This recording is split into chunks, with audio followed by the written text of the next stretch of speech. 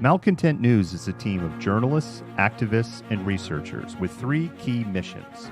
A commitment to show an unfiltered view of the before, during, and after of key events, live, as it happens. To defend the First Amendment using our rights of a free press. And to amplify the voices of underrepresented individuals including Black, Indigenous, persons of color, and the LGBTQIA+ community. Our team is committed to seeking equality for all and holding those in power accountable. The easiest way to support Malcontent News is to bookmark our website at malcontentnews.com, like and follow us on Facebook, subscribe to us on YouTube, and follow us on Twitter, TikTok, Twitch, Instagram, and in the Google News app. To provide financial support, you can become a patron, make a one-time donation through Venmo, or link your Twitch account to your Amazon Prime account and use your free subscription to subscribe to Malcontent News. Thank you for supporting independent journalism and for being a malcontent.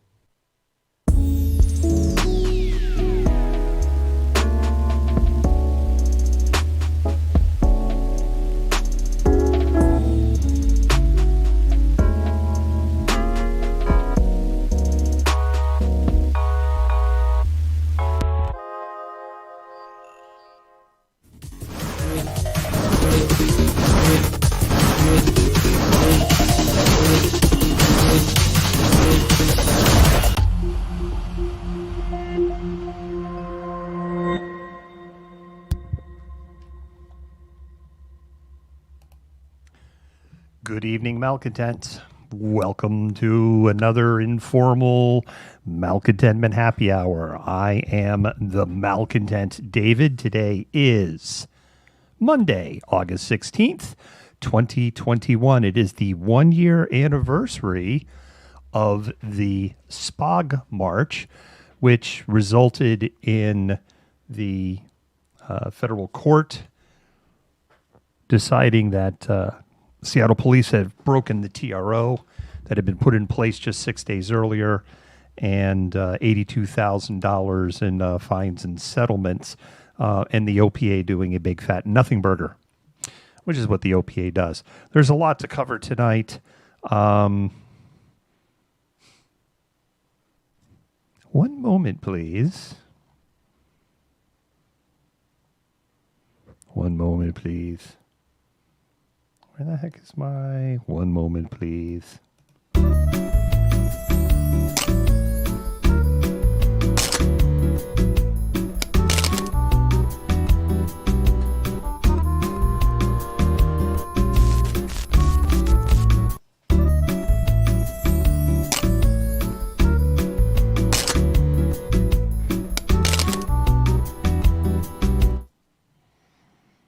I'm still super washed out. What the heck's going on? I'm really washed out. Bear with me here, malcontents.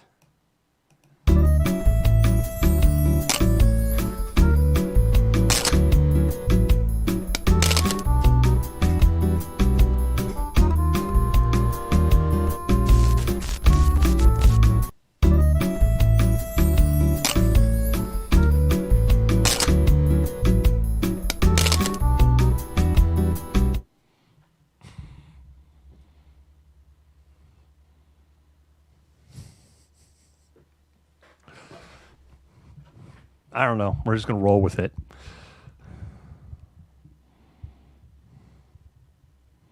Wow, that's big news. Was the nothing burger burning?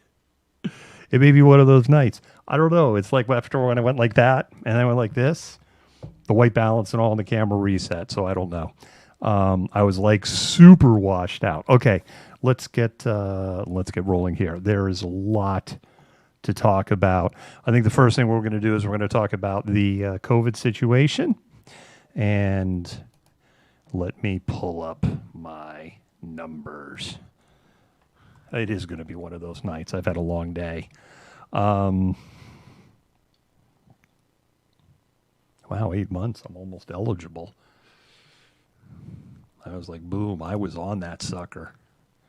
And I would presume that those boosters probably don't apply to the Johnson & Johnson yet because they don't seem to know what to do with that. All right. This is the one I was looking for.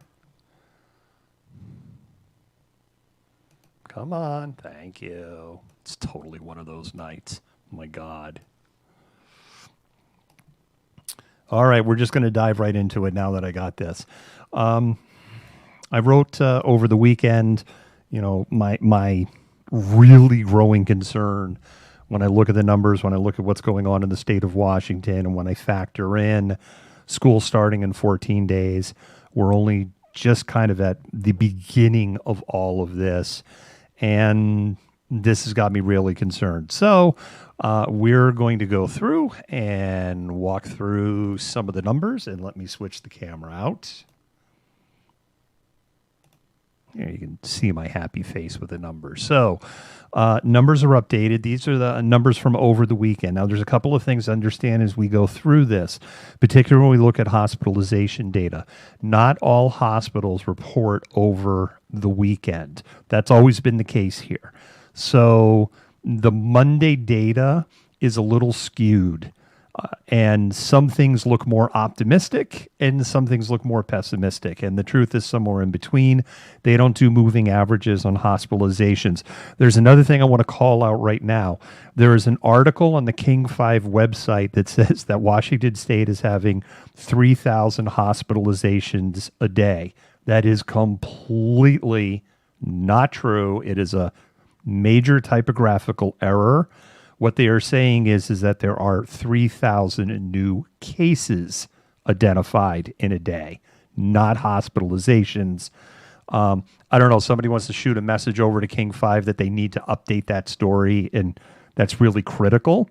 Somebody could go ahead and do that. I don't have the time to do it right now. All right. So with that, we're going to dive in. Let me move the mouse so you don't see that click here thing.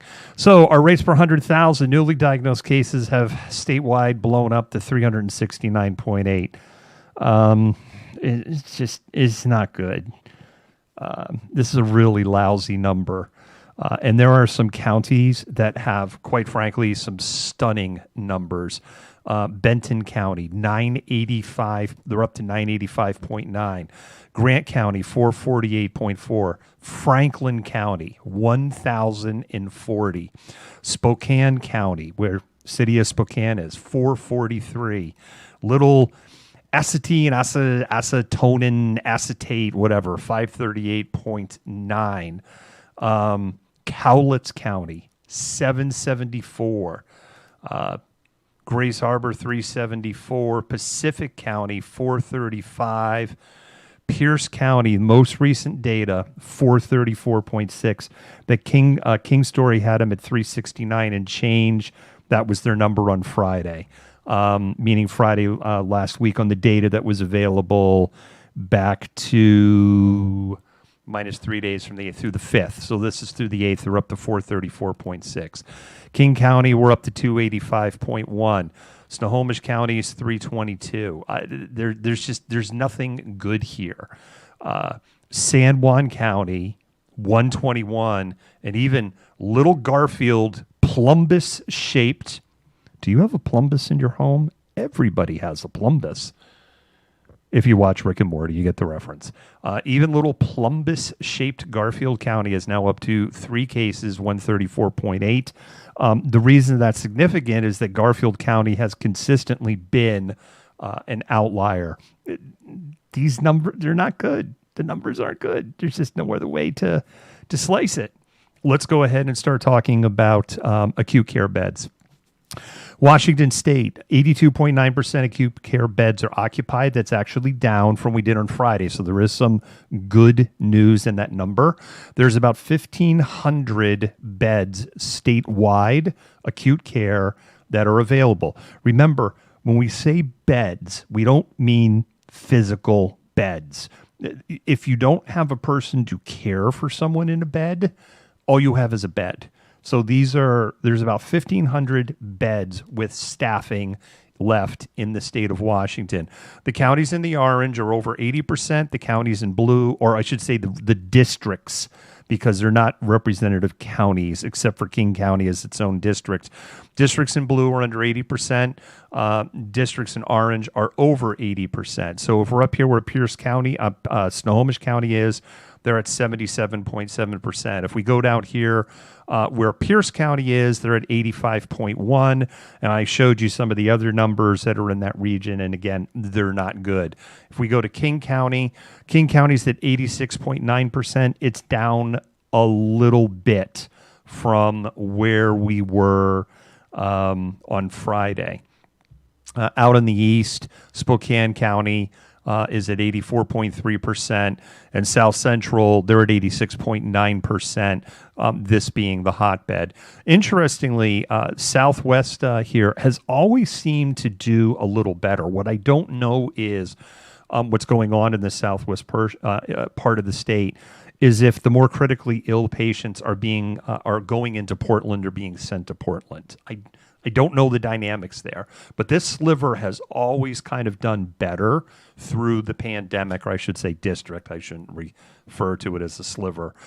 We're now up to 11.4% of people laying in acute care beds being COVID positive. A massive majority of those patients are unvaccinated. It is a massive number of patients. It is well over 95% are unvaccinated. Let's go to the ICU. There's some good numbers here. ICU utilization has dropped down to 80.7, but remember what I said earlier. We may not have all of the data reported from all of the hospitals in this number. 80.7 is a drop. And I'm going to get into that because the number of ICU beds available in the state went up significantly. If this isn't a case that we were missing some data, this is the one little glimmer of good news in this report. We've gone from 179 available beds on Friday to, according to this report, 236 available beds statewide. But we're going to get, it's good news, but let me go to the next one and I'll show you. And again, this chart here where you're seeing the black, this isn't percentages. This is just total number of patients. So if you go here, King County is back up to 90 available beds, according to this last report. Now, the number of people who are in ICU and are positive, that is almost to 20%. It's at 19.6. So that's bad. So what's happened is the number of ICU patients total has gone down. The percentage of people in ICU who have COVID have gone up.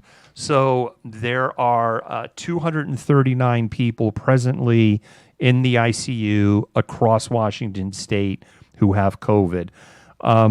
They are almost exclusively unvaccinated. Keep saying it till I'm blue in the face. Get a vax. Get a vax. Get a vax. All right, we'll go ahead and make that go away. Next thing I'm going to talk about here is in the Lancet came out with a study today. If you go up onto our Facebook page and you go to the COVID update for this evening, there is a link to that study if you want to go into. There was a study done on the impact of children for COVID from March 1, 2020 to April 30, 2021, and specifically how many children have lost one or both parents due to COVID during that period. Over 104,000 children lost a mother or a father or both in that period in the United States. That is a devastating number. And for the side that is like, think of the children, think about exactly, Melly, where's all our Save Our Children energy now? That's exactly where I was going with this. For these people that are just saying this, 104,000 children in the United States in 13 months have gone through the trauma of losing one or both of their parents due to COVID. And that's through the end of April of this year. We know that that number is growing significantly. Roger, hello, back to you. We know that that number is growing significantly right now, and particularly in states such as Texas and Florida. We've been trying, I've been following the story of David Cruz. We're now a week in since his wife made the appeal for an ECMO machine, and there's been no update. And my life experience has been good news travels fast and bad news travels slow. Children that lose a parent or both parents experience much higher rates of depression, mental illness, suicide. They are much more vulnerable and are more likely to be exposed to domestic violence or sexual abuse. They are at a financial disadvantage. This is devastating. I can't stress it enough. 104,000 children and 1.1 million children around the world. And that would not include most of the surge that happened in India. It's really, really sad. If the report isn't sad, the whole report is available. We've linked directly to the Lancet, not the summary. People who know and have followed our COVID coverage, and I'm going to talk a little bit about how our coverage is probably going to shift a little bit. I know I'd said, hey, we're going to shift, but now we're probably going to have to shift from the shift. People know I don't generally push summaries. What I push out is here's the full length. I can write a summary. I'm going to go ahead and read the whole thing. Lollapalooza. I want to talk about Lollapalooza. It's really fascinating what's happened there. We all saw the pictures. We were all like, oh my God. Oh my God. We've learned two things from Lollapalooza. Number one of the things that I was concerned about was Gamma, not Delta, was the primary variant that was in Illinois. And Gamma's getting squeezed out in that state. So the thing that I was wondering was, A, will Gamma get spread around? Because there's some concerning things about the Gamma variant, particularly in its ability to break through vaccine. And first of all, the answer we've learned for that is unequivocally no. So that's really good news. Here's the other thing. There have only been 210 cases attached or traced back to Lollapalooza out of 385,000 people that went through the gates. Lollapalooza was outdoors. Lollapalooza said everybody had to have a vax and have proof of vax or a negative PCR test. I know, I saw the pictures. I'm going to get into what I think we may have learned from Lollapalooza and what we may have learned from Watershed Country out in George Washington. And if you are part of our national audience, yes, there really is a city called George in Washington State, George Washington. I actually stopped in there once, and Dr. and Mrs. Malcontent and I had a really nice dinner at a restaurant somewhere with big-ass TVs where I could watch a Patriots game. Yeah, I'm a Patriots fan. Get over it.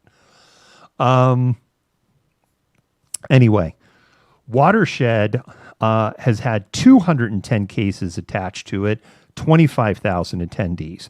Watershed had no rules on whether you had a vaccine or whether you had a PCR test. And one of the differences between Watershed and Lollapalooza is that Watershed people camped out. So what health officials are seeing is, first of all, health officials are like, we got 210 cases that are spread to 11 counties. Damn it. Full stop. 210 cases out of 25,000 attendees in a demographic that is not probably going to be as vaccinated compared to the overall average within Washington State. That's number two. And in close contact for those days. What they say they're seeing is the infections are generally in clusters. People that camped in the same group, that's what they're seeing. So a number of these 210 cases are people that were close contact for those 3 days in the same camp, and these are the clusters they're seeing. Wait a minute, we got some more data. We have Barack Obama's birthday party out in Martha's Vineyard, which was vaccination required, et cetera, and they cut down the number of people there. Martha's Vineyard officials reported in the Boston Herald no cases so far associated to that event. They said if they would see any cases out of the event, it would potentially come from, say, servers or people that worked the event, not from the attendees themselves. And further, they said that those people are working multiple events. So if ultimately there are no cases that trace back to any of the attendees of the event, it's going to be really hard then to go, well, that person got sick because they were at Obama's birthday party. And as I always remind people, go, you're just like Obama. Never voted for the guy either time. We don't know about Sturgis, where you had 500,000 to 700,000 people attend. And we don't know the answer there. What we do know is that South Dakota won the fastest growing rate of new COVID cases award for last week, with a 331% increase in cases. Now, that sounds really big, 331%. That is the number, but I'm not going to play fun with numbers because remember, South Dakota only has like 700,000 or 800,000 people. So a 331% jump from a relatively low number looks like, oh my God. We're going to have to wait because Sturgis basically ended this past weekend. So we got to wait about 10 days to see what's going to happen.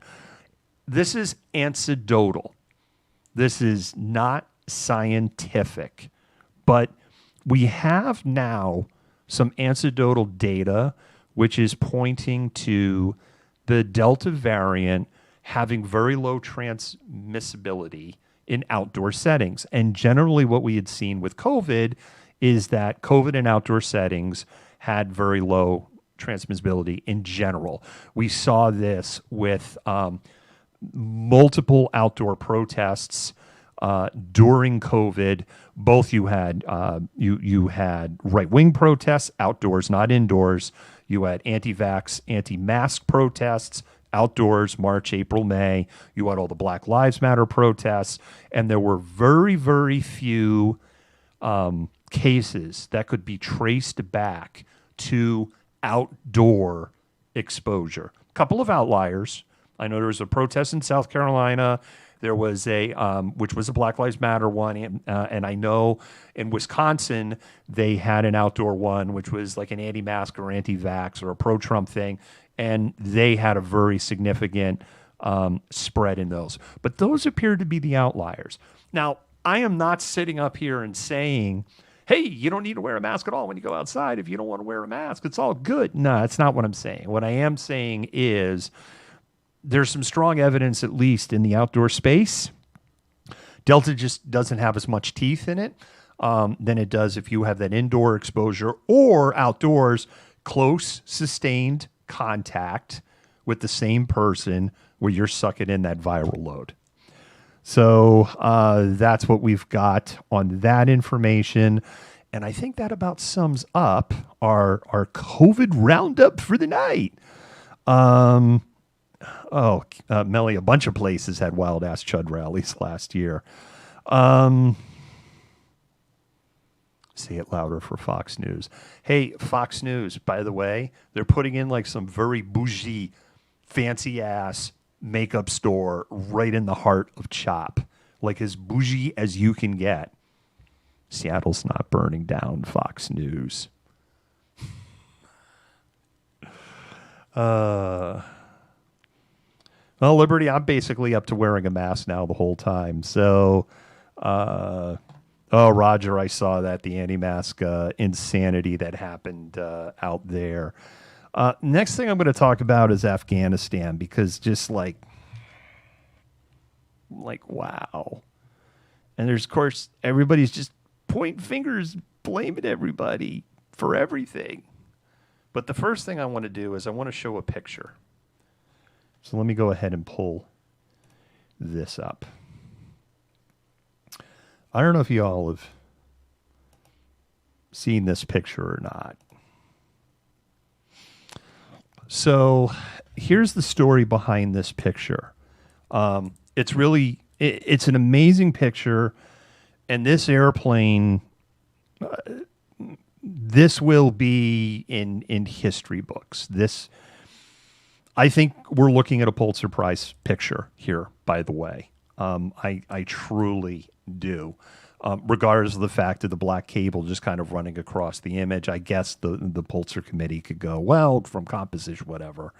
Dora, there you go. I mean, that's it. So what happened here? The situation at the airport in Kabul, where there is a military side and a civilian side. And by the way, we have airports like this in the United States. Anybody who's flown in or out of Minneapolis, St. Paul will see that there is a large Air National Guard presence there. There's military planes. There's a military side. There's a civilian side. Just using that as one airport. There is a joint base out of Newburgh, New York, which is technically an international airport because they have customs there. And same thing. That's kind of a weird setup out there in Newburgh. Those are two to come to mind. There is no physical fence. There was no physical barrier between the civilian side and the military side.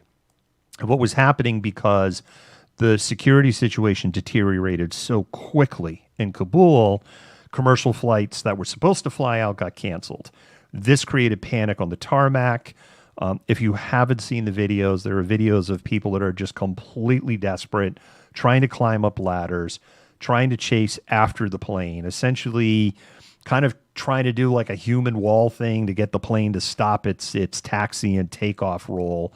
And the plane takes off with a bunch of people clinging to it. And there is a terrible video. I'm not going to show it. The CNN has just been playing it over and over and over again. You see two things fall off from the plane. It appears it's almost certainly two people that were clinging to the plane who fell to their death long after the plane had reached takeoff speed. 7 people are reported to have died, 5 people in accidents trying to get to the plane. There are reports that 2 people were shot by security forces. Now, the videos that you saw of the plane taking off, if you've seen it, and of the plane taxiing away with a crowd of people chasing it, if you've seen it, that is all a C-17. That is this C-17 right here. The back ramp, so the back of the plane, military planes are set up so the back can open. The back ramp was open and the plane was just flooded with people, absolutely flooded. Ground security forces were like, you got to clear the plane because, I'm paraphrasing, this is a shit show. You've got to clear the plane. We've got, we're not supposed to be carrying this much people.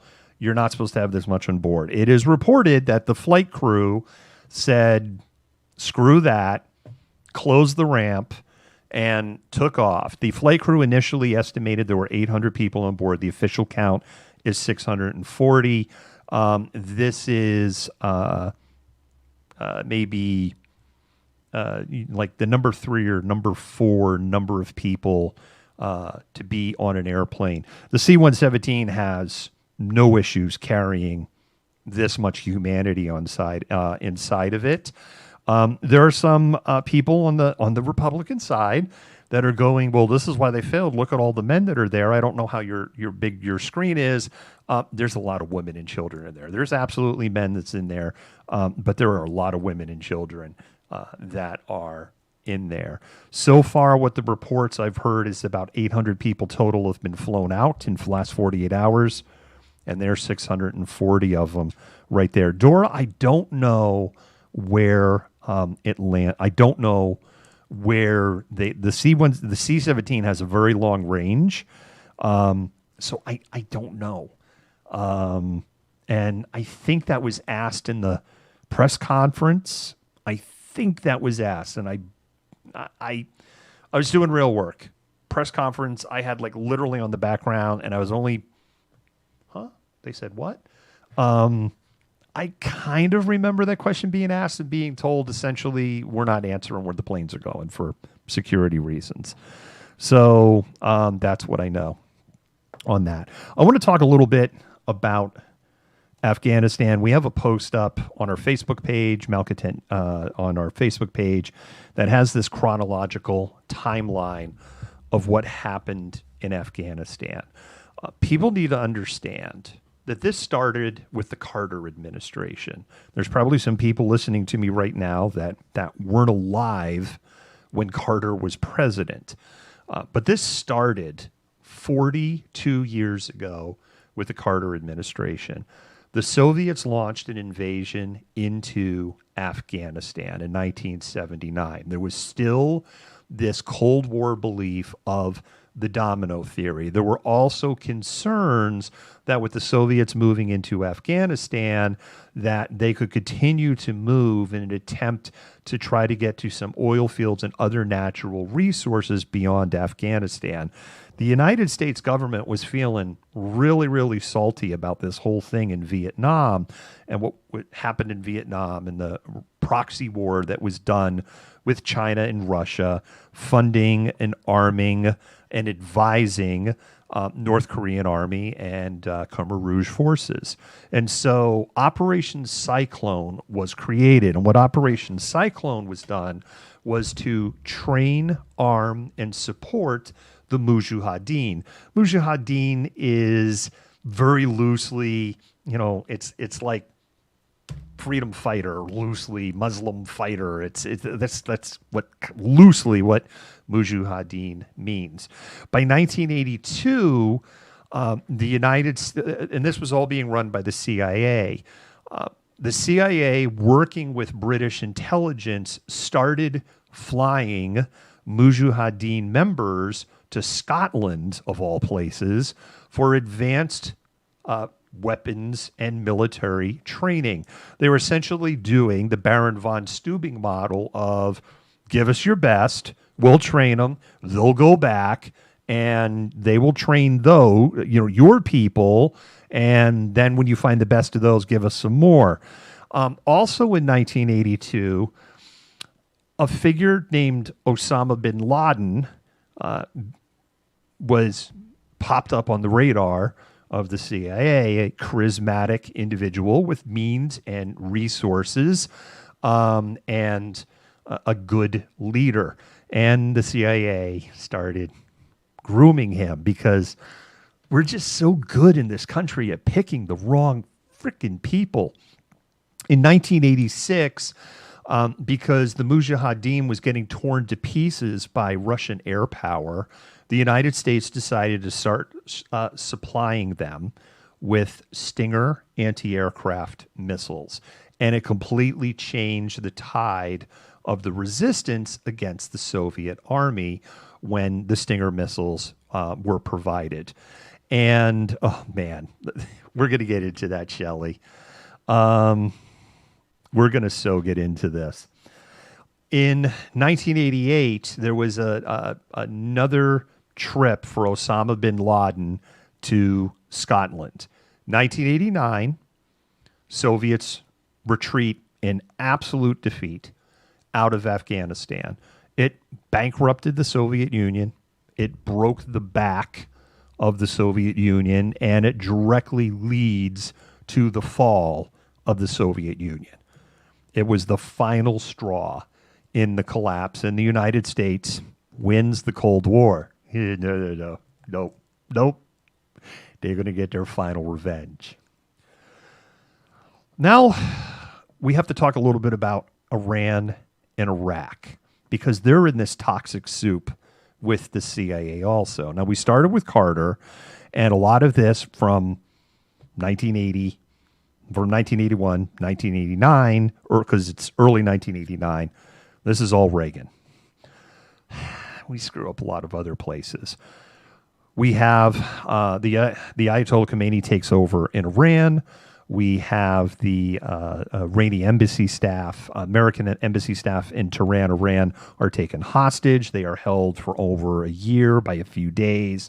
On the last day of Carter's administration, they are released Reagan announces the release as part of his inauguration speech. And the word is that Carter was like behind the scenes working on making this happen right up to the last minute.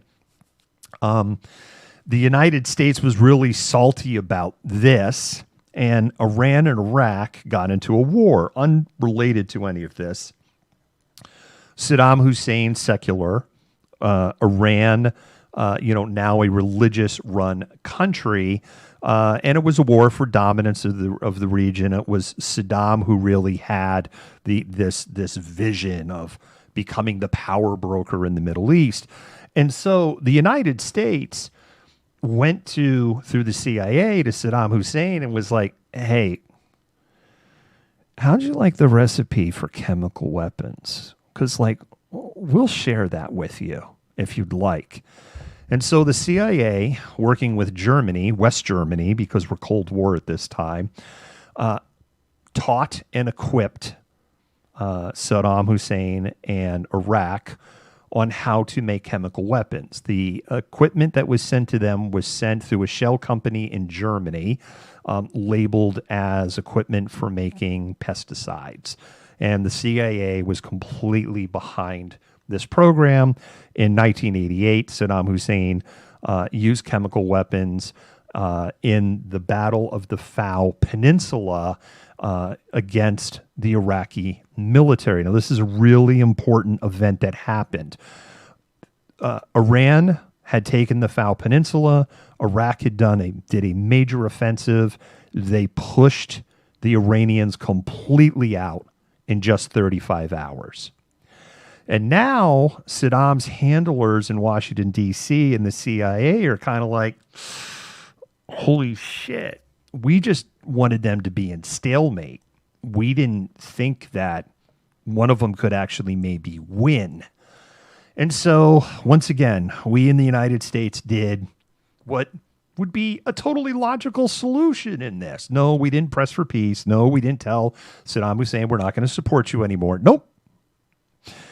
We started giving military intelligence to both Iran and Iraq through the CIA. I haven't even mentioned Iran-Contra, where we started selling arms to Iran.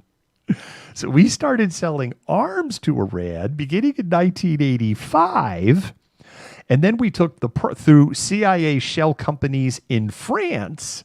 So we are arming Iran in their war against Iraq, and we are supporting Iraq and giving them chemical weapons and military intelligence on everything that Iran is doing. Then we took the profits to arm the Contras who are fighting against the Soviet-backed Sandinistas. And one of my favorite people, President Ortega of Nicaragua. Yeah, one of my favorite people, he says through clenched teeth. And then again, after the Battle of the Fao Peninsula, it was like, holy crap, Iraq could really win this. And now we've got a really big problem. So to equal things out, they started giving military intelligence of what both sides were doing to both sides, because both sides were talking to the CIA about all their military plans. You can look it all up. It's all released information now because we're talking back in 1989. So the two sides sought for peace. And then Saddam Hussein was like, well, screw it. I want Kuwait, because before the British came in and just arbitrarily drew a bunch of lines, Kuwait was technically part of Iraq, although Iraq wasn't exactly Iraq before all the lines were arbitrarily drawn. There was a lot of troop movements going on. There was a lot of nervous going on.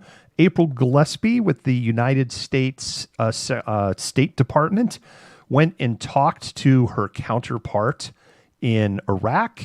And when the counterpart kind of was like, I'm paraphrasing, if we were to do a little something with Kuwait, how would the United States feel about that? And in not so great moments in diplomatic history, April Gillespie said the United States is unconcerned about what's going on between Iraq and Kuwait. Saddam Hussein took that as, well, if I invade Kuwait, the United States isn't going to do anything because April Gillespie of the State Department basically just told me that.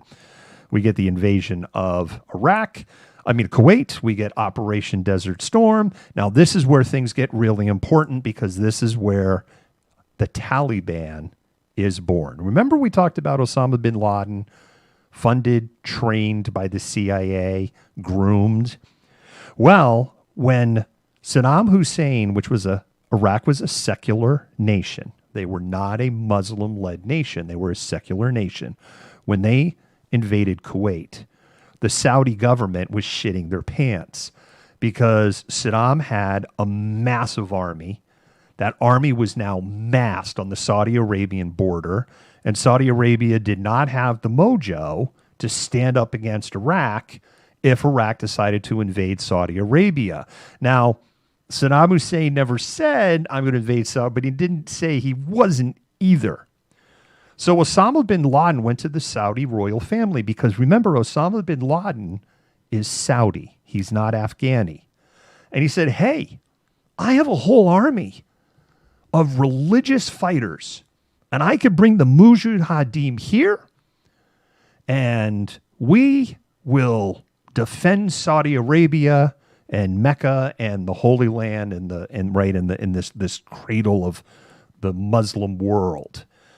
And Saudi Arabia already felt that Osama bin Laden was batshit crazy. And the Saudi royal family was like, yeah, thanks. No thanks. Osama took this really personally. And then when the Western militaries came in to do it, Osama felt that this was a defiling of the land, that infidels were coming in to protect Saudi Arabia. And this is the roots of Al-Qaeda and the Taliban. And the war, the war on terror is kind of starts there. There's also other things that are really important to understand. In 1989, after the Soviets left, the United States made massive promises to the Afghani people through their negotiators in Pakistan. We promised billions of dollars in aid. We promised to build roads, hospitals, schools, train a military. We are going to restore this country back to what it was in 1978. And we're going to help you do it. And when Bush 41 became president, it wasn't a priority. So what happened was the Reagan administration worked to destabilize the governments in Afghanistan, Somalia, Sudan, Nicaragua. And then when they were successful in collapsing these communist countries, and they promised all these countries they would help them. And then Bush was stuck holding the bag, Bush 41, and Bush 41 went, Need to be prudent. Need to be very prudent. 1,000 points of light.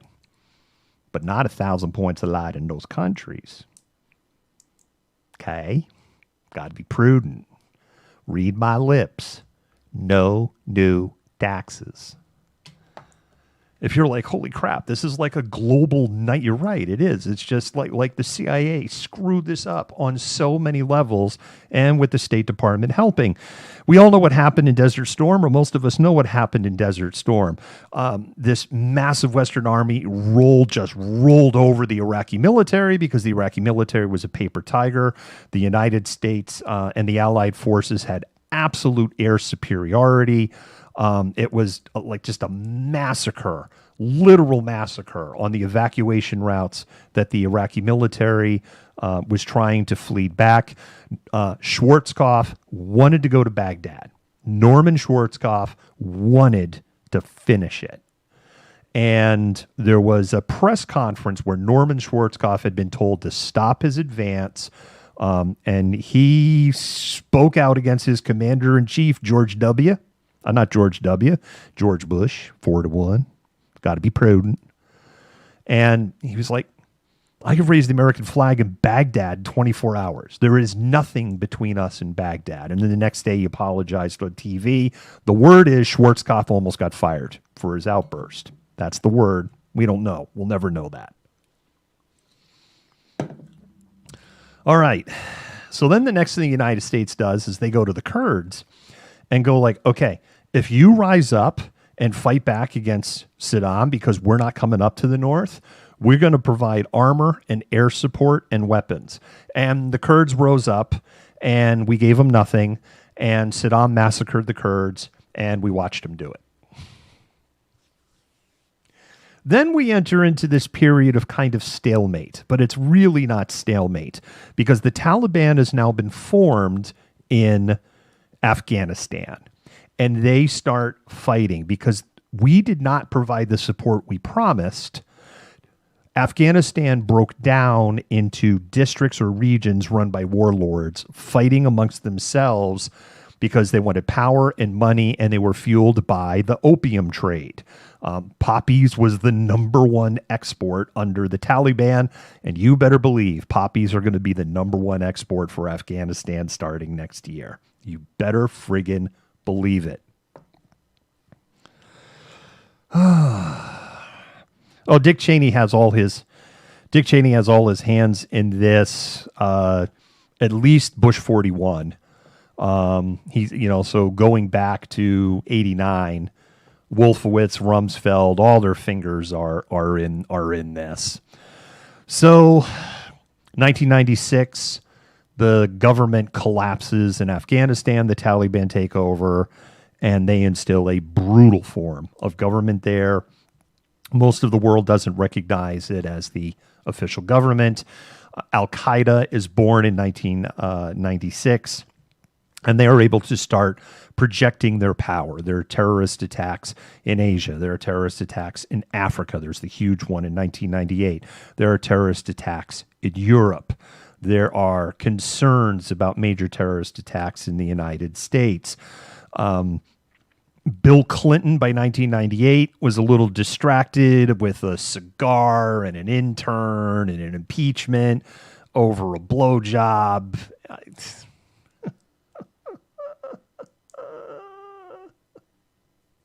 Donald Trump tries to overthrow the country. Republicans lose their shit. What are we impeaching them for? And they tried to impeach Bill Clinton literally over lying about a blowjob. Okay, I'm back.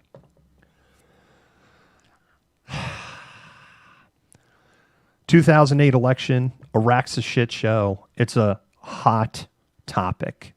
McCain is pushing for a surge. He is the Republican candidate. He is a war hero. He is a general. He understands the military. And we have Barack Obama. And right up to the Republican National Convention, McCain had a really solid chance. And then he went and picked Sarah Palin and sunk his campaign. And so Barack Obama becomes president. We still do a surge. In 2011... victory in Iraq, and we pull out there. 9/11, I left that part out. 9/11 happened September 11th, 2001. Terrorist attacks during the Bush transition from the Clinton administration to the Bush 43 administration. Tons of animosity there. The Clinton administration is kind of like, hey, we have all this paperwork here, and we think there's a really big plot cooking for a terrorist attack. And we have kind of all the information here. And the Bush administration is like, yeah, you could just sit on that and spin. Take your intel and sit and spin. And they basically ignored what was in front of them. There's a ton of evidence that shows that September, it's not like it was nefarious they did it. It's just it was stupidity. It was like Pearl Harbor, right? There was all this stuff. Oh, Roosevelt wanted Pearl Harbor to happen because he wanted to get in the war because that would get him out of the Great Depression. Yeah. It was just bumbling incompetence is why Pearl Harbor happened. It was bumbling incompetence on why 9/11 happened. We invade Iran in October of 2001. We have an escalating growth through there. So that's where we get to this almost 21 years of occupation. And then in March of 2003, George Bush, Rumsfeld, Wolfowitz, they're like, we're going to invade Iraq. And they try to really convince the world that we need to invade Iraq. They've got weapons of mass destruction. Now, who who taught them how to make those weapons of mass destruction again? Didn't we cover that a little while ago? Oh, yeah, that's right. It was the United States through the CIA, through epoxy companies in Germany that sold them a bunch of equipment under the guise that they were building pesticides plants. Yeah, we did it. He has uranium. He has yellow cake. He is building missiles that will be able to hit anywhere in the continental United States and Europe. And we all know now it's a complete lie. They had nothing. They had a nothing burger. To this day, I don't understand why we invaded Iraq. Beyond the fact that Bush 43 wanted to finish the job that Bush 41 never finished. Because there's no other answer. It was for the oil. No, it wasn't. We didn't get the oil. China got the oil. Look it up. China got the oil contracts. We didn't get the oil. China did. It certainly wasn't for weapons of mass destruction. We didn't find anything. It isn't certainly for the love of the Iraqi people under the thumb of a murderous dictator, and Saddam Hussein was a murderous dictator. Had nothing to do with that. It boggles the mind. So instead of focusing our energy on Afghanistan, where the Taliban was, where the seeds of 9/11 were planted, and instead of sanctioning Saudi Arabia, where 15 of the 19 9/11 attackers came from, none of them came from Iraq. We just got into this, well, 9/11 changed everything and Iraq is at fault. And like America lapped it up. There's like 90% of America was on board with this, like literally in polls. There's like 10% of people that are like, what are we doing? And in 18 months, George Bush destroyed all of the global goodwill that he had. Now, Rumsfeld and Wolfowitz and Cheney told Bush 43 and the American people, and I'm sorry, Colin Powell, I'm going to have to call you out here too, because Colin Powell, as honorable as Manny's was, sold his honor out, sat in front of the UN, and told a bunch of bullshit to them. Is stunning. They said we'll have the country secured in 6 weeks and the Iraqi people will be throwing roses on our feet. We secured the country basically in 23 days. It took 23 days to secure Baghdad. And then about another 4 weeks to essentially have full control of the country of Iraq with some pockets of resistance. And then the United States, in its infinite wisdom, makes another ridiculous mistake. We fire the entire Iraqi military. Fire them. Not only do we fire them, we say, go home. Now, like, they got no job and no money. And they're like, what do I go home with? I just go home with your gun and grenade launcher. We sent them home armed. We fired the Iraqi military and sent them home armed. Full stop. World War II, Germany, Nazis, people that were rounding up the Jews, killing everybody, Malmedy massacre, not treating POWs real nice. When World War II ended, we did not fire the people in the German military or the German police department or any of that. We kept them running the show. We made sure they weren't doing any more shady shit, but we kept running out the show until we could figure out who were the ones that were truly, I'm just here for the paycheck and I didn't do any shady shit, and who were the real monsters. Japan, we did the same thing. We didn't fire everybody because we couldn't control it. And we knew that. We knew it would just turn into a sectarian, violent shit show, particularly in Japan, if we just fired everyone. But oh no, we fired everyone in Iraq and sent them home with their guns.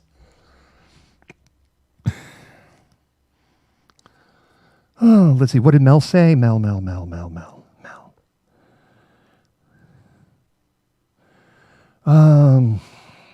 We're arguing about whether it was a BJ or not. Fair enough. It certainly wasn't because of Whitewater or anything that they were originally. I mean, yeah, he lied under oath about a BJ, but it certainly wasn't about Whitewater or anything. There was no connection or no proof on that. So what happens? We know what happens. Iraq turns into a complete shit show. We end up there with hundreds of thousands of troops there.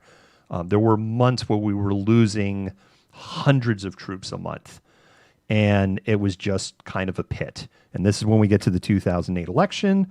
And meanwhile, in Afghanistan, Afghanistan's kind of being treated like the orphan stepchild in this war effort. And we're over there, and I think we peaked at about 150,000 troops in Afghanistan. And it's just, there's so many things that we're having problems with. We're fighting a urban war, a guerrilla war in the desert with initially military equipment that was all designed to fight a Cold War in the forests of Europe.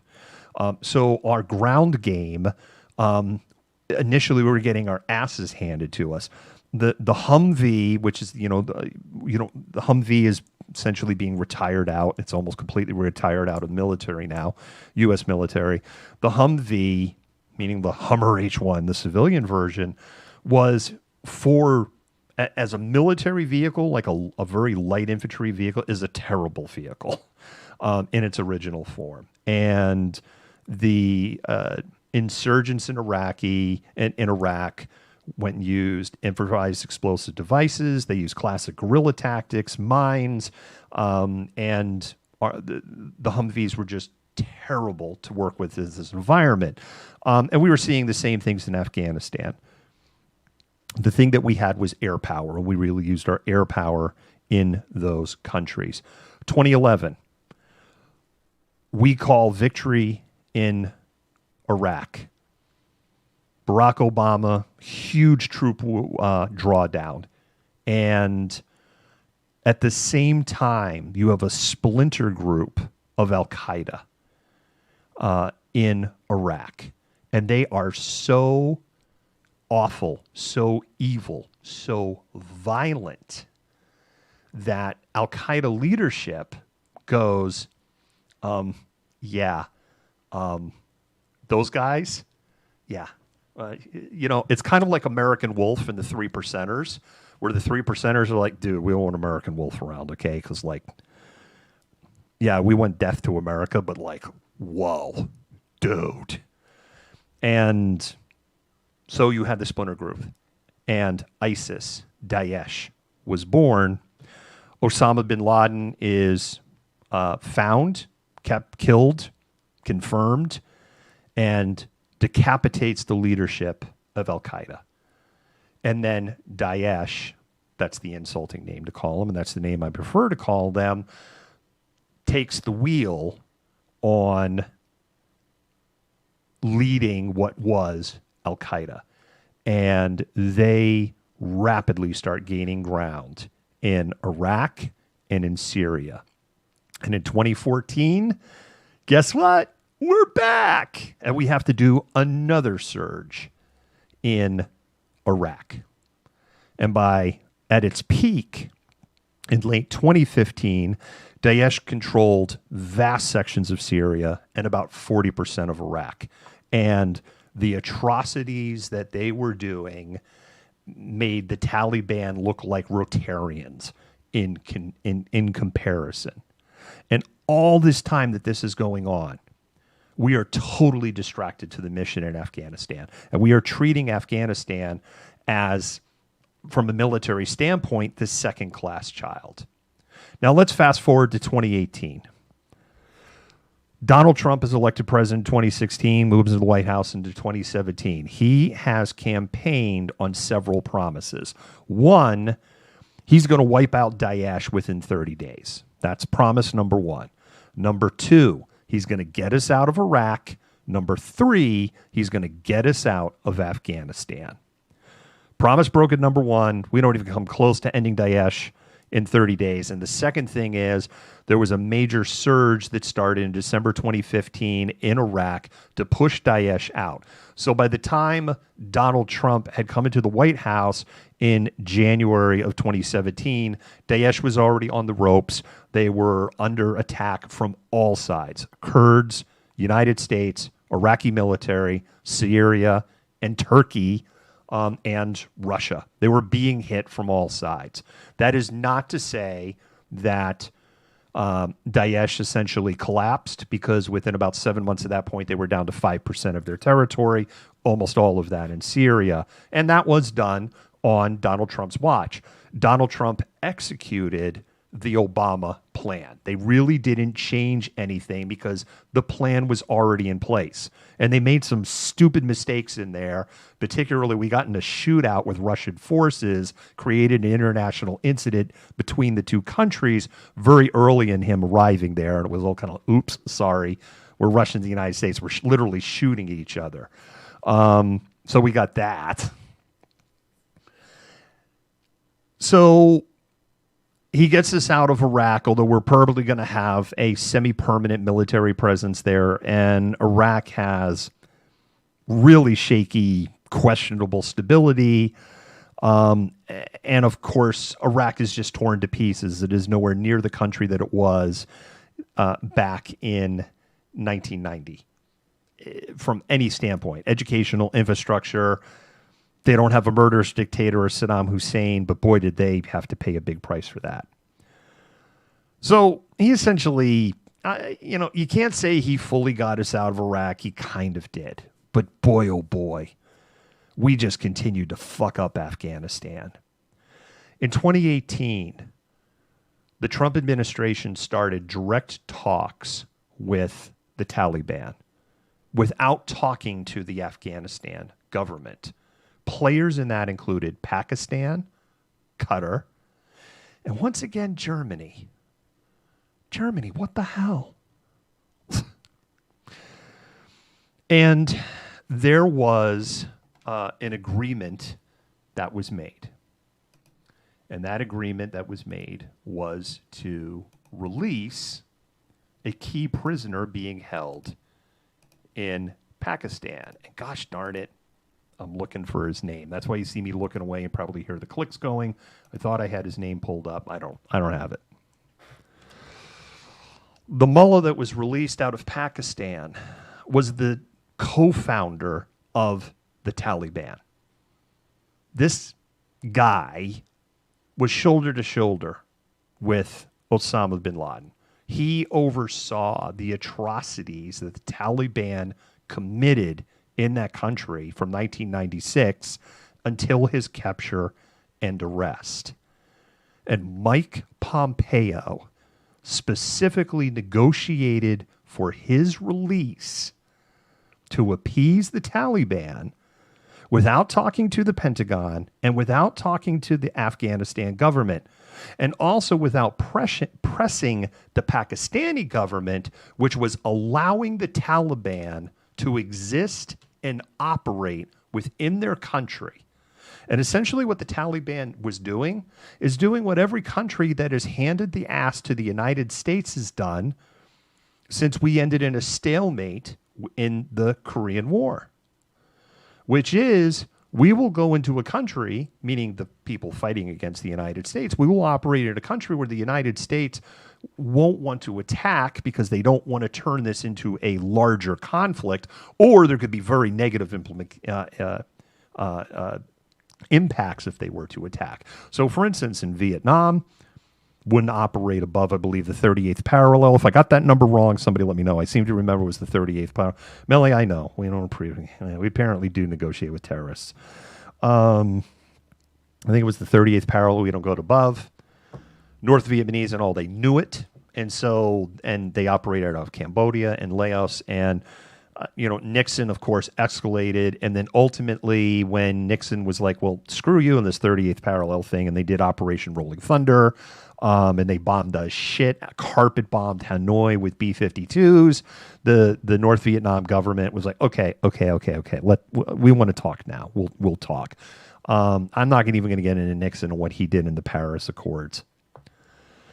So this is what Pakistan was doing. They're allowing and we're going to get to the punchline. I know this is because it's so convoluted. It took 42 years to get where we are today.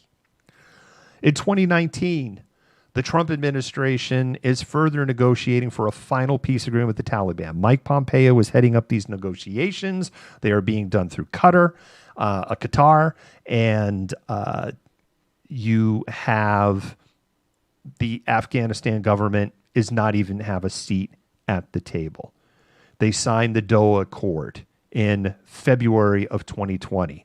The Doha Accord did the following. One, we promised to remove 5,000 troops immediately out of Afghanistan. Two, we promised to work with Pakistan and the Afghani government to release 5,000 Taliban fighters that were being held as prisoners.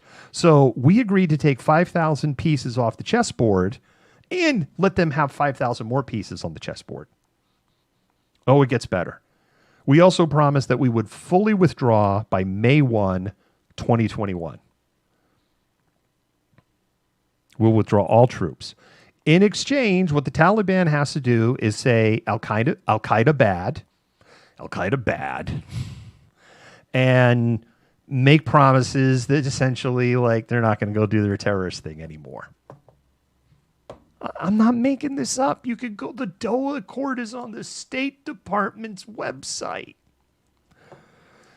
And this is what we agreed to. And the Trump administration announced it to the world in February of 2020. And everything started rolling into motion in March of 2020. Oh no, now it's going to get totally sus. We know what happens in the election. November 4, Biden wins, super contested. We've got Mike Lindell, Sidney Powell, Giuliani bullshit.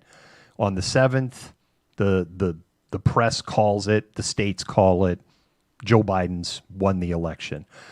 On November 22nd, 2020, Mike Pompeo flies to Qatar on essentially what's called his fuck you farewell tour.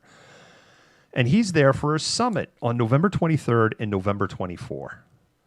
Do you know who Mike Pompeo met with all day on November 22nd? Yeah. The co-founder of the Taliban that he negotiated release for in 2018. They met all day before 2 days of talks in Qatar between the Taliban, the United States, and facilitated by Finland, of all countries. And how do we know that Mike Pompeo, you're just doing conspiracy? Oh, no. You can go look it up. November 22, Mike Pompeo. There's pictures, there's news stories. He is standing right there. I'm going to look up the guy's name. It's really bugging me that I don't have the name. I thought I had it up on the screen, and I didn't. And so you can it's one of those shows. And I'm like probably way over time. I am. I didn't want to talk this friggin' long tonight. November. Gosh darn it. November 22, Pompeo meeting Qatar. No, I'm not. Don't want to subscribe to your thing. Blah, blah, blah. Right, that's in Doha, yada, yada, yada. Come on, where's the name? All right, so I need to back up. I've got to include the one part of the name that I know. Sorry about this, malcontents.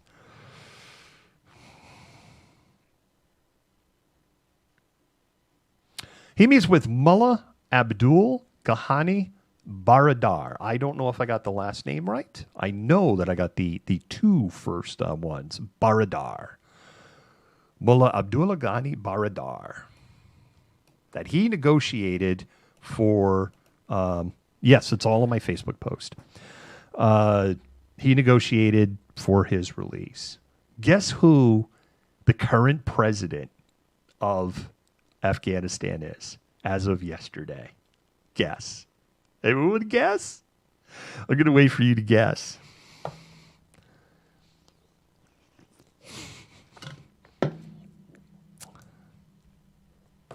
Mullah Abdul Ghani Baradar is the acting president of Afghanistan, the head of the Taliban. And Mike Pompeo negotiated for his release in 2018, signed the Doha Accord in 2020, and then met with him on November 22nd, 2020, when the handwriting was really solid on the wall at that point, that Trump had no path to, when no legal path left to become president. It's all really, really sus. And last month, during one of Trump's road trips, he bragged to the audience. He literally bragged to his audience about how the current administration is trapped in this deal that he signed. This is a Neville Chamberlain peace in our time agreement. So now this is how we end up where we are today. An abject failure, right? So what's the point of like this 30 minutes of just going through this whole friggin' history here? The point is this.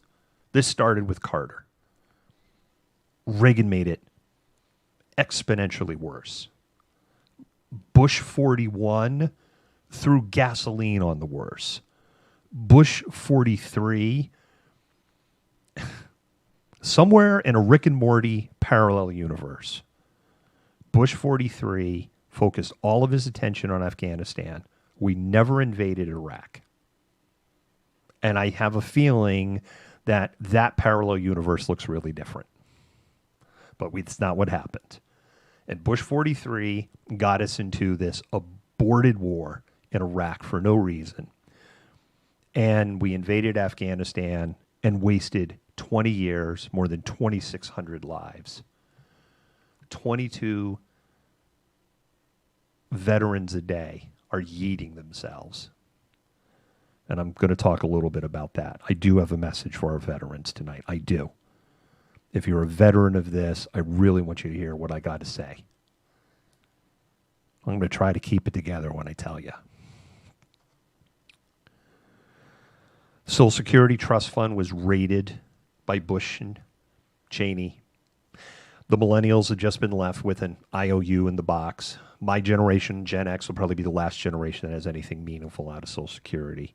That money's never getting put back in that box. If there's one thing that Al Gore was right about, it was lockbox. Remember Al Gore? Lockbox. I would put that fund in a lockbox. Somewhere in a parallel universe, Al Gore became president for 8 years. Excelsior! I'm super, super serial. Why won't anyone believe me? Sorry, Al, man. Man, Bear, Pig actually is real. We're sorry. And this is how we ended up where we are today. Obama really didn't do anything. He just followed. This is part of the reason why I wasn't a fan. He just kind of followed the Bush plan in Afghanistan. He didn't really do anything. Bush 43 was given the power to do extrajudicial executions of U.S. citizens if deemed an enemy combatant. To the best of our knowledge, he never used that power. Barack Obama did, and we know it. And I'm going to hold his feet to the fire on that. And then Trump gave us art of the deal. I can't believe in 2018 and 2019 that the Trump administration purposely sabotaged this in the anticipation that he would not get reelected. Trump was always confident that he was a two-term president. I think his vision and dream was to be forever. That's a whole separate conversation. But I don't think Pompeo negotiated for the release in 2018, went to the Doha Accords with the whole idea of going, Trump's going to lose, and whoever beats him, and because they didn't even know who they were running against at that point, and whoever beats them, they're going to get this shit sandwich. Now, the November 22 meeting is sus. That's really sus that he met with him for that entire day. It'd be even more sus if they tried to sweep it under the table, but they didn't. But it's sus. I think that Biden's speech today, which I only half listened to because I was doing real work, I think Biden's What was on the crawler the entire life? What's on the crawler the entire life? What's on the crawler the entire life? I just saw this thing. It's on the crawler the entire life. Shelly, my head hurts. I don't know. I guess someone will have to tell me. I don't know what what he could have done, but he kind of didn't do anything. He could have got us out. He could have pulled the plug. That's one thing Obama could have done. Because I think this was part of Biden's point today, and that's why I'm getting into Biden's speech. Obama certainly didn't have to use the power of extrajudicial executions using military power on people deemed enemy combatants. To me, that is terrifying. That any president would wield that even though they had the power, would then wield the power. And we know that Obama authorized drone strikes on U.S. citizens. We know it for a fact. They have a constitutional right to due process. Look, I am consistent in my values. Is it reprehensible that they're enemy combatants? Is it reprehensible they're fighting? Of course it is. It's utterly reprehensible. They are still U.S. citizens. They still have guaranteed constitutional rights. And the president shouldn't have the power to suspend those rights with the stroke of a pen. Because we know the slippery slope. Once you can do extrajudicial executions by declaring somebody an enemy combatant on foreign soil, remember what James Madison said. The tools of oppression are learned on foreign soil. I don't know if I got that quote exactly right, but it's damn close.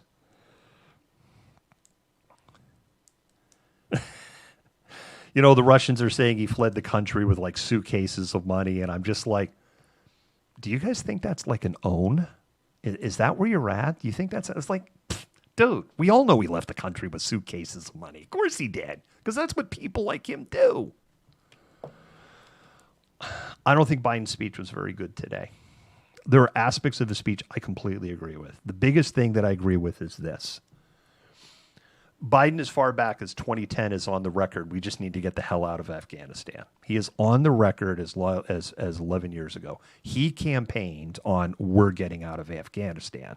He was given a deal by the Trump administration to force his hand to get out of Afghanistan. We technically broke the deal because we were still there on May 1 with about 2,500 troops.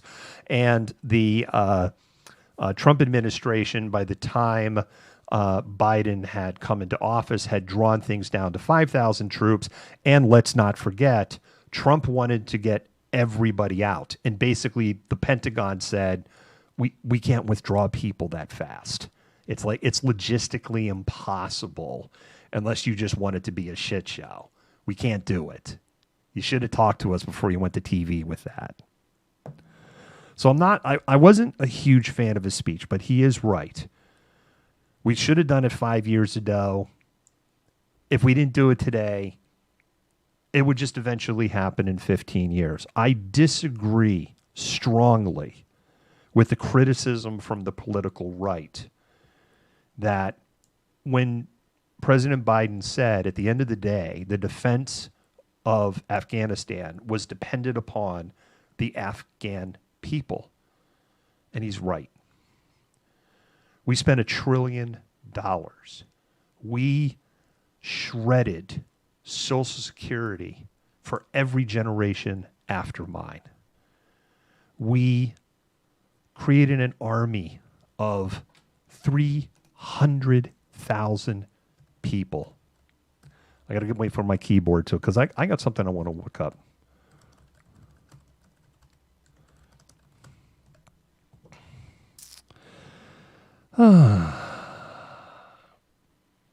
There's something I want to look up here. Yeah, whatever.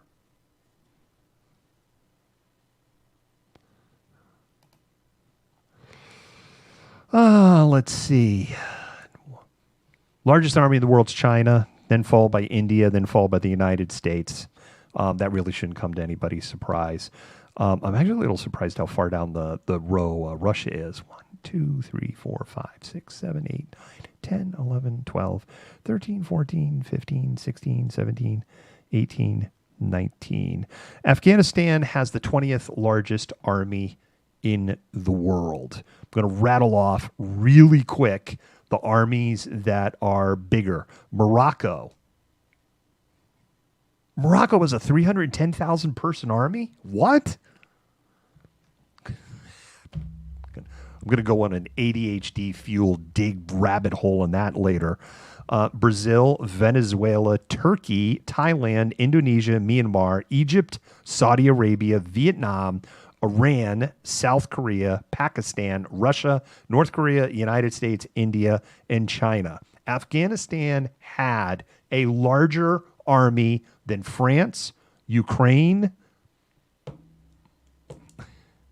UK, the United Kingdom, Germany. And it's like they just folded. And the argument is that, well, the Biden administration took their will to fight because they felt like they were going to be unsupported. That's complete bullshit because they knew about the Doha Accord. They knew everybody was leaving May 1. They knew that 14 months ago. Or now it's about 17 months ago. They knew it. That's total bullshit. They knew we were leaving. They knew it was on there. So how did the Taliban roll through so quickly? Because they've been sitting in Pakistan waiting for this moment and they just swept out. The fault of what happened this week lays on the feet of Biden's intelligence advisors, the CIA, the State Department.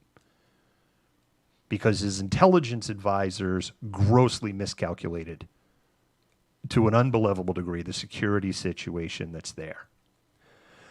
I didn't expect Vietnam to be on that list. I'm totally confused on why Morocco has an army of 315,000 people. But Afghanistan, up until a week ago, had the 20th largest army on earth. And they had their asses handed to them by a group of terrorists who are going to put a terrorist regime in that country. And I know, I saw them all smiling for the cameras and being nice today. I saw it. We all saw it. It's a little bit different this time. Girls will still be able to go to school. It's going to be different. No, it's not. Once everybody's kind of pulled out in the next 2 to 6 weeks, once we complete this disastrous withdrawal out of there, once the Western press is gone, we know what's going to happen there, and it's going to be horrible. And it's our fault to an extent in that we created this mess over 42 years. But ultimately, the Afghani people did not want to fight for themselves. And that's just it. They didn't want to fight for themselves. And they have shown decades of not wanting to fight for themselves. Why that is, I don't know. That's something for historians to hash out long after I'm worm food. It's in the ticker. Afghanistan is called the graveyard of empires because the nation and that chunk of real estate has never been conquered. And many, many, many have tried to conquer that chunk of real estate. There's the joke in The Princess Bride. There's two things. Never trust a Sicilian, never get in a land war in Asia. And we got in a land war in Asia. I want to talk to the veterans. I want to talk to anybody who's listening to me right now. I don't understand. I really don't. I don't understand what you're going through. I'm not going to sit here and say that I can commiserate or anything like that. But I have seen the need to kind of reach out. This is tough. This isn't your fault.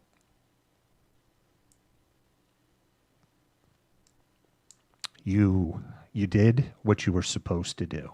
You did what you were told to do. You did your best. You rotated back. It's not your fault.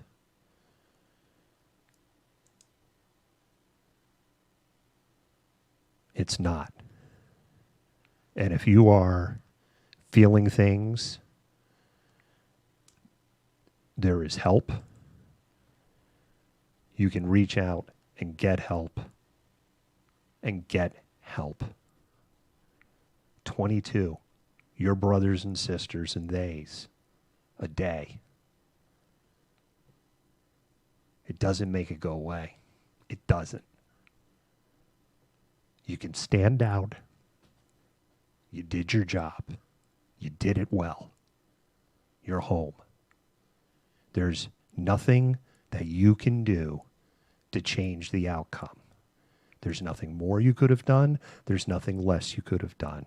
Your time there was not wasted. Your time there made you who you are today. Good, bad, and indifferent. No one can ever take that away from you. No one is blaming you. You did your job.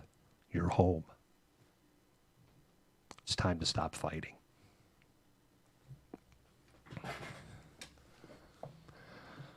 I need to catch my breath.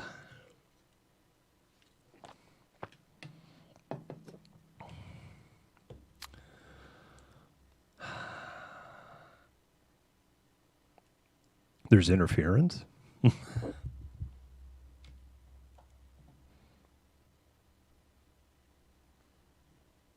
Joyce, that's a line from the movie The Princess Bride. I even said that, Joyce. I'm 25% Italian. I just can't. Why do people get spun up? It's a line from The Princess Bride. It's the whole thing with the iodine poison, with the dread pirate Roberts and the Sicilian. And he tells them, there's two things. Never trust Sicilian, never get into a land war in Asia. Oh, my goodness. I don't understand. Why do people get like, whoa?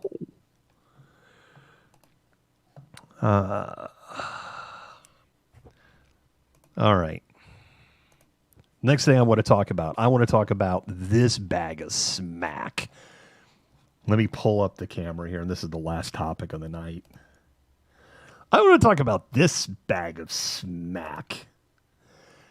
Malcontents, say hello to Ryan Bartles.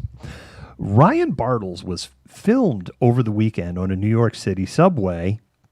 I'm not going to show the video. I'm going to get into why. I'm not going to get in. I'm not filmed in a subway. I'm not showing the video. I'll get into that right at the end of why I'm not showing the video. He accosts a elderly woman who is wearing a mask. He purposely targets this woman on a New York City subway over the weekend. And there's a subway car full of people, including other people who are masked. But he targets her. And she wails in fear as he is lording over her. And one person is filming and kind of loosely like, hey, don't do that.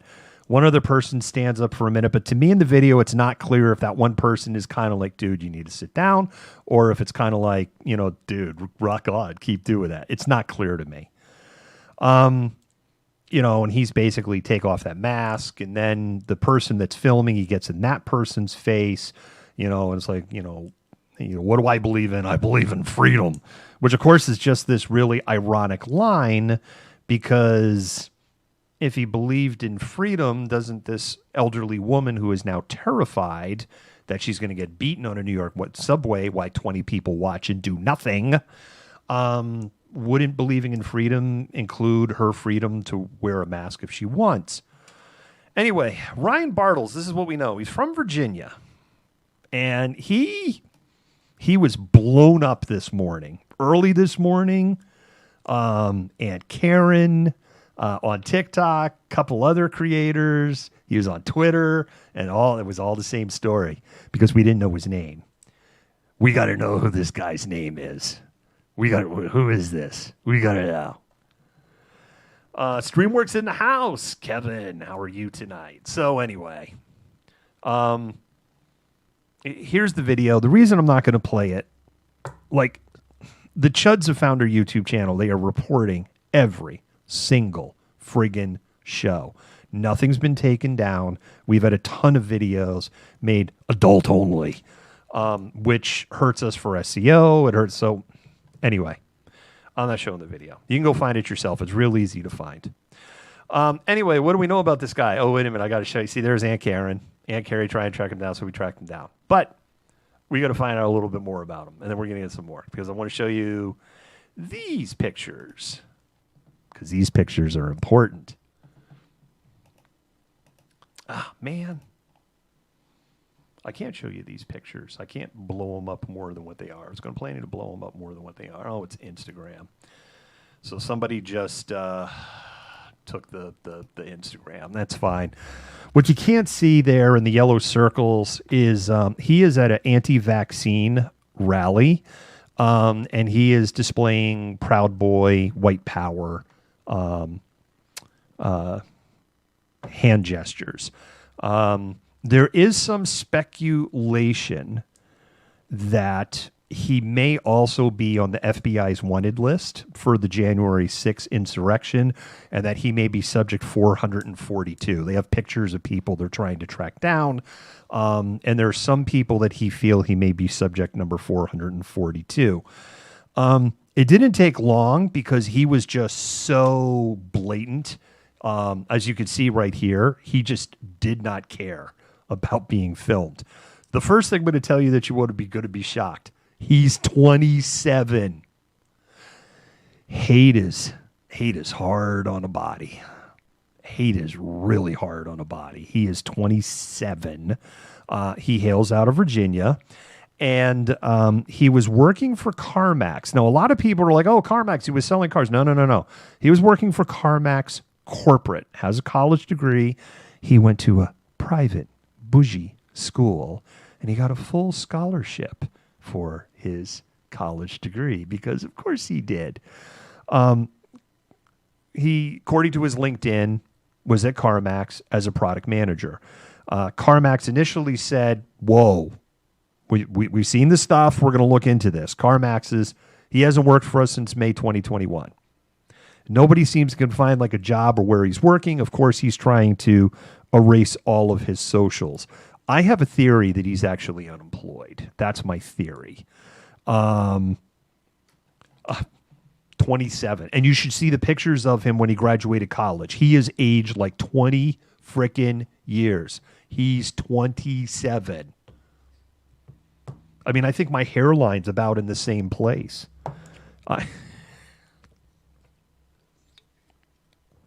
Hate ages you. Anyway, my theory is that Ryan doesn't have a job anywhere, and I have a feeling it's going to be a while before he has a job anywhere. He can always go work for the Proud Boys. No word on the woman. Interesting in all of this, one thing I have not heard anybody say, has anybody tried to reach out to figure out who this woman was to potentially go, do we set up a GoFundMe for her, or just, to have kind of for the people of the world to go, we're really, really sorry. And here I'm going to get a little fired up here again for a second, because people that know me, and if Dr. and Mrs. Malcontent and I were on this subway, she knows too, I wouldn't have sat there quiet. There is no way I'd let this piece of shit intimidate me. None. And it is despicable that people in New York City were in total New York City mode when this was going on. But he's been found. I don't know if there's any criminal charges that will be attached to this. It's one of these, he's one of these bastards that just brings it right to the line. So I don't know. In theory, he could be ticketed for no mask on the subway. He's got that because he was supposed to wear it. Better believe I wouldn't let this. There's no way. There's no bystander effect for me. I'd just be, oh, hell no. Not on my friggin' watch. Courtney, I know you too. I know if there were several of us there, it not only would it be, oh, hell no. It wouldn't go well. Yeah. What are you going to do? We're going to give you the choice to leave this woman alone and get off at the next stop, or you're not going to like option B. This is what option A is on your menu. Here is option B on your menu, which is fuck around and find out, buddy. Because, he's 27, but, bro, that's a rough look at 27. I thought this guy was like 40 when I saw this video. Malcontent News is You fit the pro. Wrong button.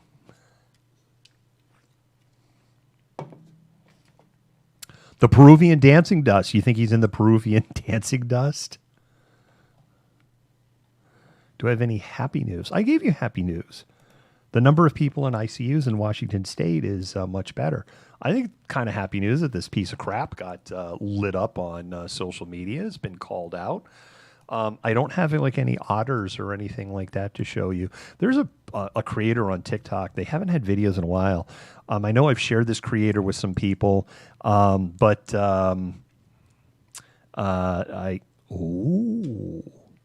when is this going to be? Dun, dun, dun, dun.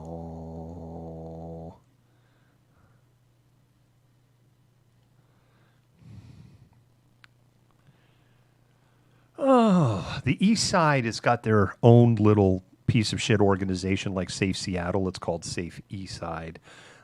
They're planning to do a protest outside of Redmond City Hall over the hotel that was bought to have a homeless shelter there. Oh, they're planning tomorrow at 7 p.m.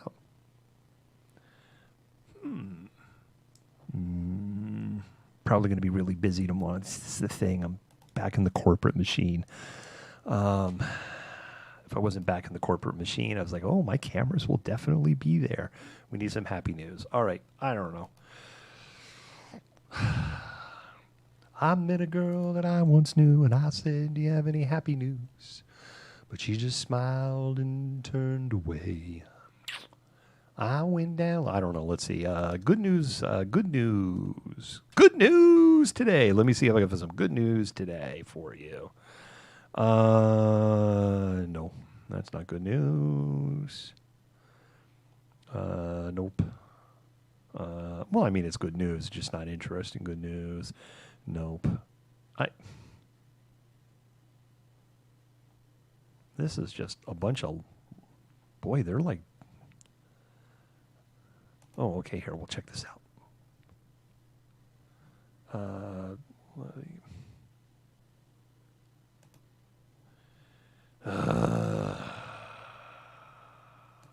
Fine. You need to disable ads.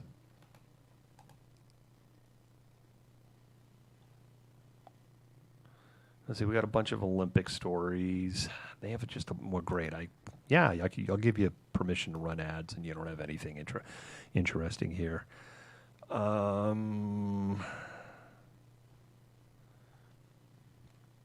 That's not good news. I mean, it is, but I don't know. Can I just play this video here? Oh, I can play this video here. Here. We're going to do cats. Stand by as I adjust the accoutrements. Please stand by. I have to do a I got to change I have to change a setting in order to do this. So you're going to have to deal with this. Here it is. You got to bear with me here.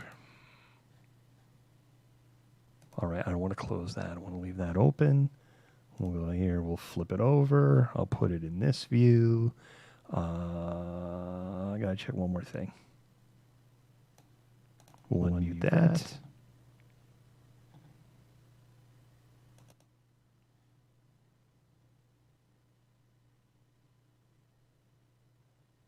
I have an echo, don't I? I set the wrong thing. 1 second.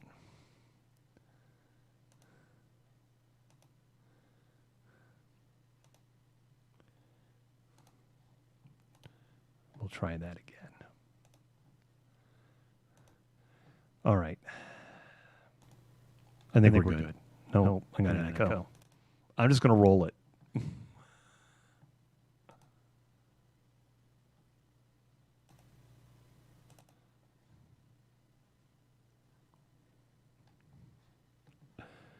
Oh, this is so sad.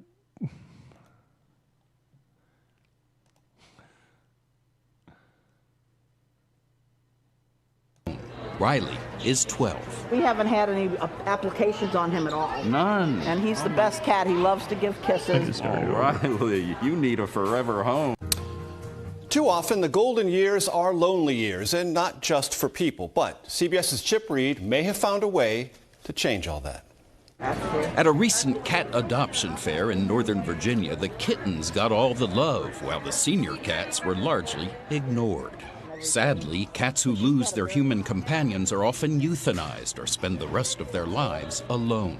Riley is 12. We haven't had any applications on him at all. None. And he's the best cat. He loves to give kisses. Oh, Riley, you need a forever home. Kathy Awad is the founder of Fancy Cats, which has placed more than 25,000 cats, many through its program, Senior Cats, for senior laps. Most seniors just want companionship, but Kitten is not going to do that. It's a growing trend. There are now at least 56 shelters in 35 states that have a Pets for Seniors program for cats and senior dogs who also face difficulty getting adopted.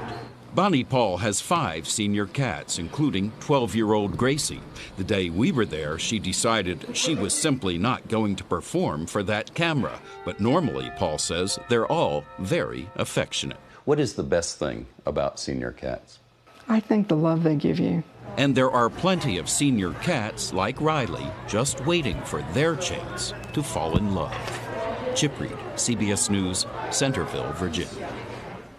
Chip Reed, thank you.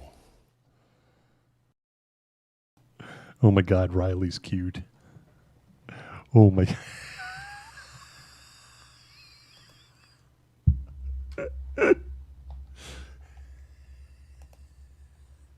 Okay, there's a reason I'm laughing. There's a reason I'm laughing. Yes, I was needing. I'm glad someone figured that out. Do you know what the fuzzy thing is that goes over the microphone? The thing that Riley was like batting at with his paws? Do you know what that's called? Put it in the comments.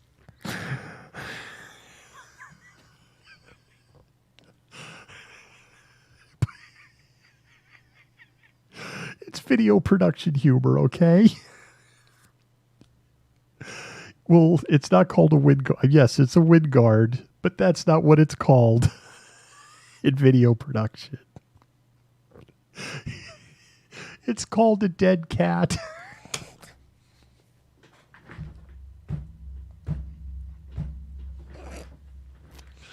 Yep, Rashi, it's a dead cat.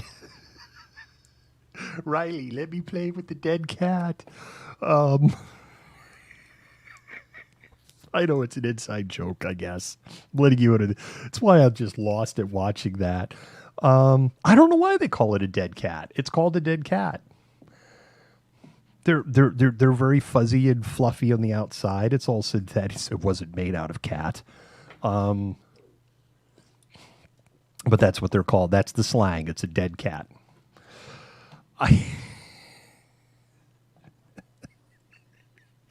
Anyway, that's what cracked me up. I know you want me to end with happy news, and I'm getting ready to end the show. But I do have some other... The joke's totally on Riley. Riley was not in on the joke.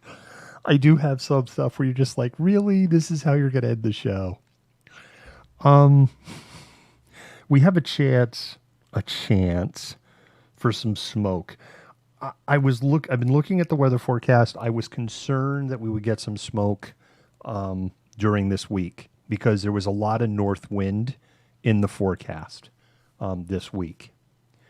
But when I looked at the HRRR, when I looked at Air.gov and I looked at their models, they were all like, yeah, you're not going to get smoke. And of course, we're kind of in this thing where it was like, oh crap, we're going to get smoke. It looks like we're going to get smoke tomorrow and maybe a little more on Wednesday. Right now, first of all, not like last week. Not like Friday, Saturday, not like Thursday afternoon, Friday into early Saturday morning. Nothing like last week.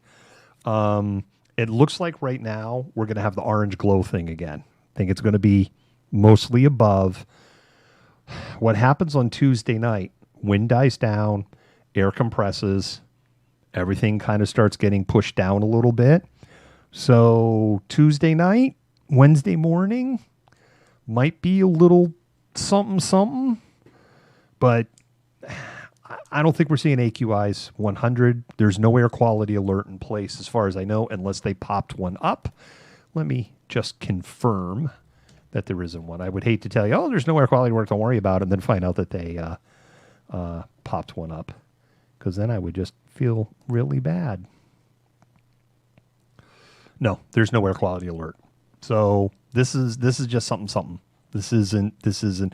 Shelley, if we're going to get rain, we'll get it in the next couple hours. There'll be a little bit of rain in the overnight, but not a lot. I just closed that tab. Let me pull it back up. I didn't look at the weather radar. I can pull it back up for you.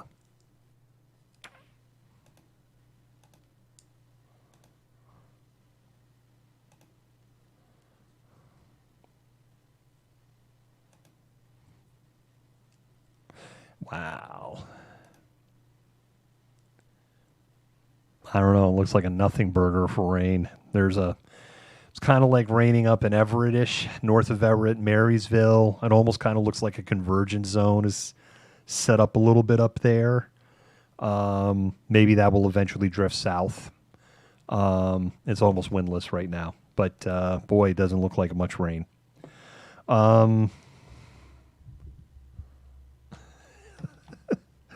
We need a dead cat. I know. What? A dead cat. Anyway, that's it. That's everything that's going on for August 16th, 2021. The 1 year anniversary of the Spog March. I had actually planned to play our video from the night of the Spog March, but I'm gonna end the show here. That was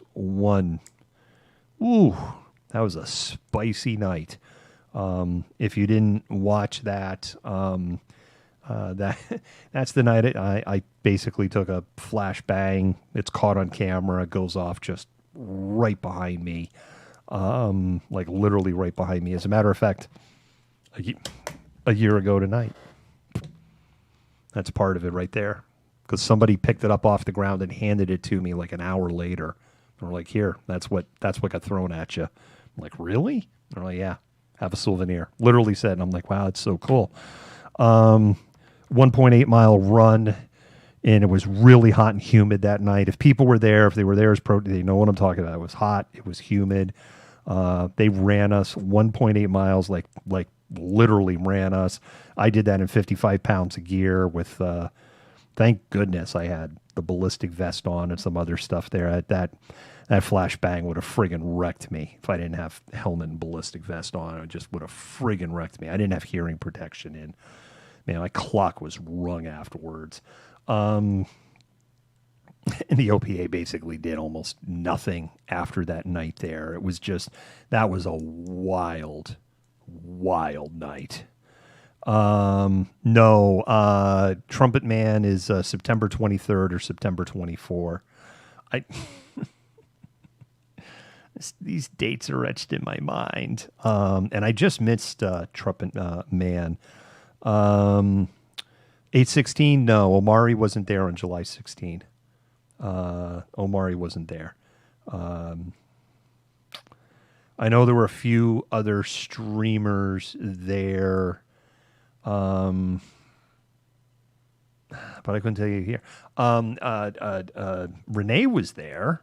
Renee was there, and a photographer, Renee, and I actually catch her on camera taking pictures. She's in our show opening and show close.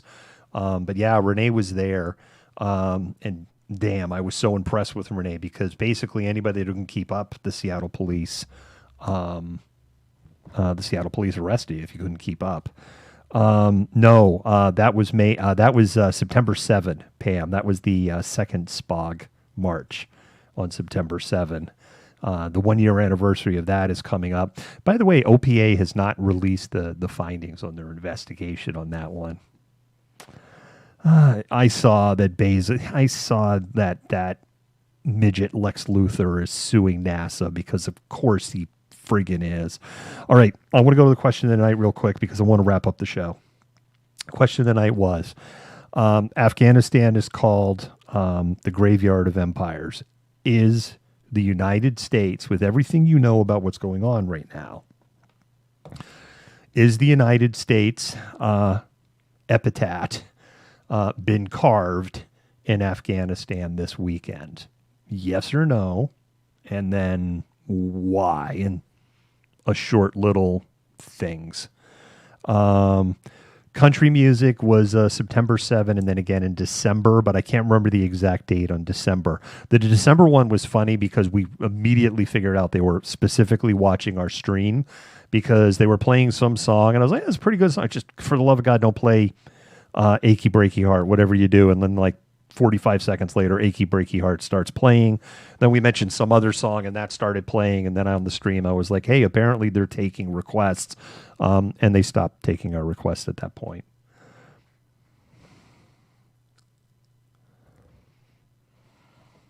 That was a long ass stream too, Dora. That was like a 5. I know we have the summary videos like an hour. That was like 4 hours.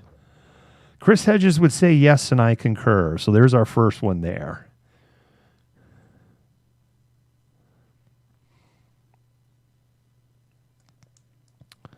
So Roger thinks it's the end of the empire. That we will be another on a long list of countries. Shelley says yes, because we're stupid imperialists. We certainly were stupid. When it came to Afghanistan, oh my God, yes. We were, as I talked for like 30 minutes. Courtney says yes. I have a feeling a lot of y'all are going to say yes. Dora's yep. Yeah. We'll see what comes of this. I'm just going to close up with, if you're not vaxxed, get vaxxed. Wear a mask. Social distance. Limit your time indoors. I had this up on our website. If you're going to go to the grocery store or something, plan it out. Try to go once a week, treat it like it's April 2020 again. I get it. I really do. I know that like 35 to 40% of the state is not doing their part, and there's nothing to get them to do their part. I get it. I really do. I get how maddening that is. So it's back to April or May 2020, and it's time to take the steps to protect yourself. What are those steps? If you're not vaxxed, get vaxxed. 1 million people a day are getting vaxxed again. Even in places.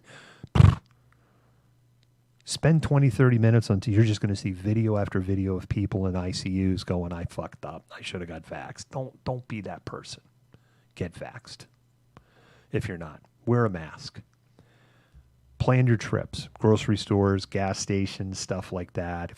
I like to shop once a day. Dr. and Mrs. Malcontent, we like to go in every day. What's on sale? What's fresh? What looks interesting? Very European of us. We're not doing that. We're planning our meals out and when we buy and when we cook and what we eat. And I'm saying you should be doing that too. Limit your circle and where you go to. And I would say at this point, avoid, large indoor events, particularly indoor events.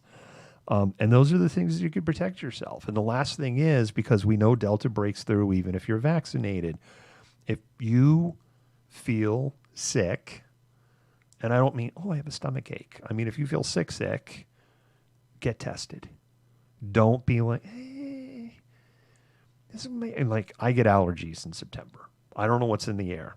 I'll get allergies in September. I am not going to be dismissive if I wake up with a runny nose and a scratchy throat. I am not going to go, I always get this every year at this time. I'm going to get a swab of my nose. And it'll almost certainly be allergies, but I just want to know. And I want to know because I don't want to get anybody else sick because I want to do my part. It's that simple.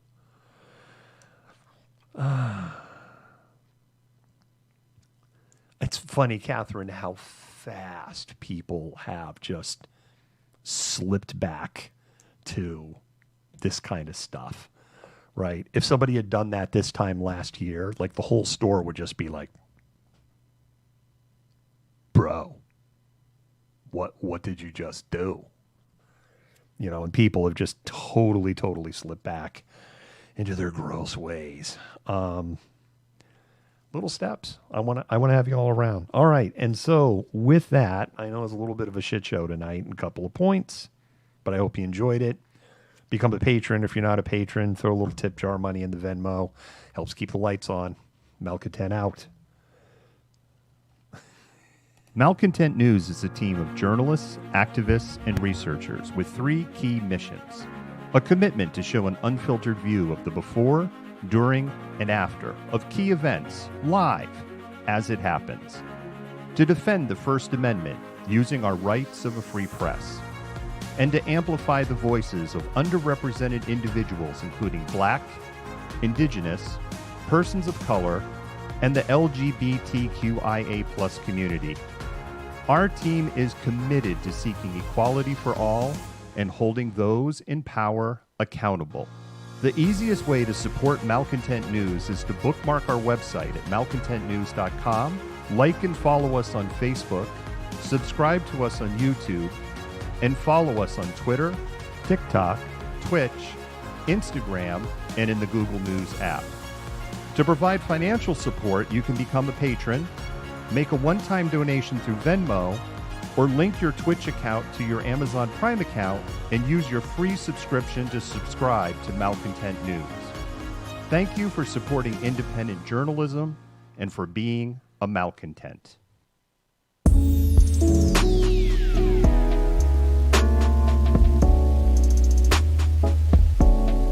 You fit the profile. You're the malcontent. Nobody wants to hear the nonsensical ravings of a loudmouth malcontent. He said malcontents Antifa. Fuck you. You are the biggest hypocrite on the face of the planet. I say that you're a terrible reporter.